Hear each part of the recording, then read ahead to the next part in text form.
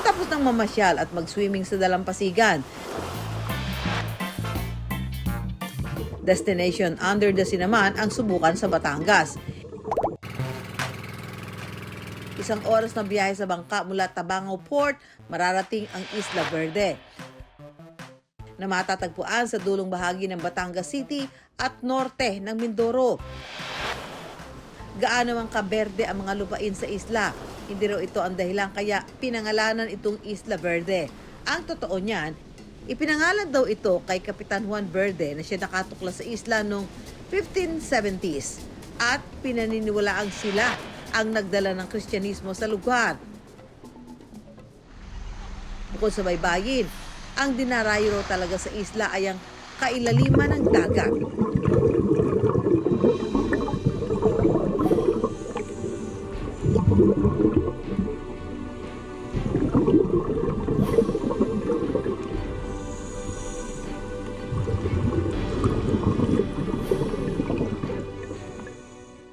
Ang Isla Verde kasi nasa gitna ng Verde Island Passage na bahagi ng Coral Triangle, na siyang sentro ng marine biodiversity sa Indo-Malay Philippines Archipelago. Karaniwan ngang nagiging misconception yun, no, na ang Isla Verde ay equivalent din sa Verde Island Passage. When in fact, yung Verde Island Passage, maraming nakapaloob dito na mga probinsya, kabilang na ang Batangas, ang Oriental Mindoro, ang Occidental Mindoro, ang Romblon at saka ang Marinduque. Kaya noong 2005, idineklara ito ng marine biologist na sina Kent Carpenter at Victor Springer bilang Center of Marine Biodiversity. Nasa higit 1,700 na species ng isda at 300 klase ng corals ang matatagpuan dito.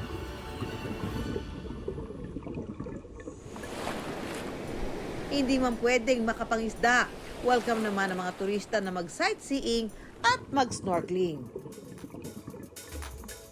Gaya ng kawander natin na si Danielle,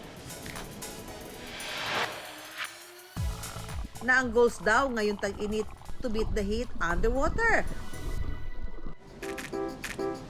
Kaya ang exciting water adventure sa Isla Verde, umpisahan agad natin sa snorkeling. Para ma-enjoy ang snorkeling, sasamahan tayo ng local tourist guide na si Jason.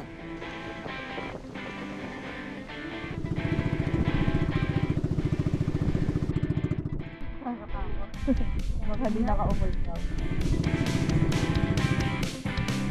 Kaya mo yan, Danielle? Mukha na-enjoy mo na, Danielle. Nung nag-snorkeling po kami, madami po kaming nakitang corals.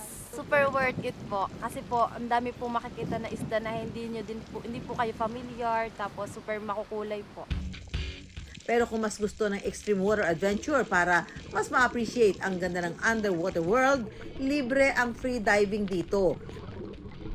Pagdating naman po sa tinatawag natin ng mga free diving, pwede naman po sila mag-free dive dito sa atin. Basta lang po meron silang instructor. Sa ganda ng ilalim ng dagat, mapapastrike a pose talaga kasama ang mga coral at mga isda. Biruin nyo, sa Pilipinas matatagpuan ang Center of Marine Biodiversity. Maliit man ang isla sa inyong paningin, may ganda at yaman itong di pwedeng maliitin.